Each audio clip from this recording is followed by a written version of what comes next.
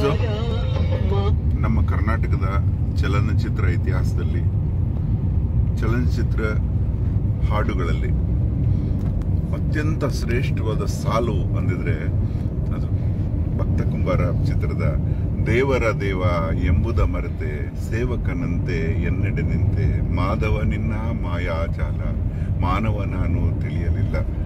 ಹುಣಸೂರು ಕೃಷ್ಣಮೂರ್ತಿಗಳ ಪಾದಕ್ಕೆ ಶಿರಸಾಷ್ಟಾಂಗ ನಮಸ್ಕಾರ ಹಾಕಬೇಕು. ಈ ಸಾಲುಗಳು ಮನಮುಟ್ಟುವ ಸಾಲುಗಳು, ಭಕ್ತಿಯ ಶಿಖರಾಗ್ರದ ಪರಾಕಾಷ್ಠೆಗೆ ತೆಗೆದುಕೊಂಡು ಹೋಗುವ ಪದಗಳದು.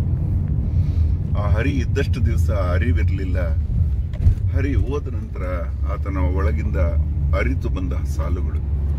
ದೇವರ ದೇವ ಎಂಬುದ ಮರೆತೆ ಸೇವಕನಂತೆ ಎನ್ನಡೆ ನಿಂತೆ ಮಾಧವ ನಿನ್ನ ಮಾಯಾಜಾಲ ಮಾನವ ನಾನು ತಿಳಿಯಲಿಲ್ಲ.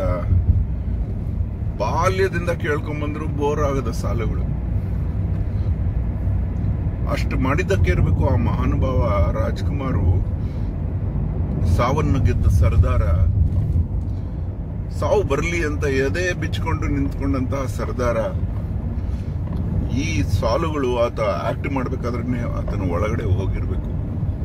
ಅಷ್ಟು ಈಸಿ ಅಲ್ಲ. ಸಾವು ಬಾರ ದೋಸ್ತಿ ಮಾಡೋಣ ಅಂತ ಹೇಳಿದ್ದು ನನಗ್ ಗೊತ್ತಿರೋಂಗೆ ಇಬ್ರು, ಒಂದು ಸ್ವಾತಂತ್ರ್ಯ ವೀರ ಸಾವರ್ಕರ್, ಇನ್ನು ಸಾವಿನ ಜೊತೆ ಸರಸ ಆಡಿದವರು ವೀರ ಭಗತ್ ಸಿಂಗ್.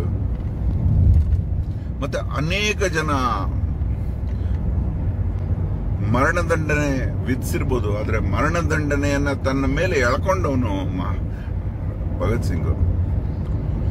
ಸಾವೇ ಬಾರೋ, ನನಗಿನ್ನು ತಡೆಯಲಾಗ್ತಾ ಇಲ್ಲ, ಇಡಪ್ಪ ವೀರಪ್ಪ, ಹಣೆಗಿಡು ನಿನ್ನ ರೈಫಲ್ನ ಒಂದೇ ಸಲ ಮುಗಿಸ್ಬಿಡಪ್ಪ ಅಂತ ಹೇಳೋ ಧೈರ್ಯ ಬರಬೇಕು ಅಂದ್ರೆ ಆ ನಟರಲ್ಲಿ ಈ ಸಾಲುಗಳು ಕಾರಣ.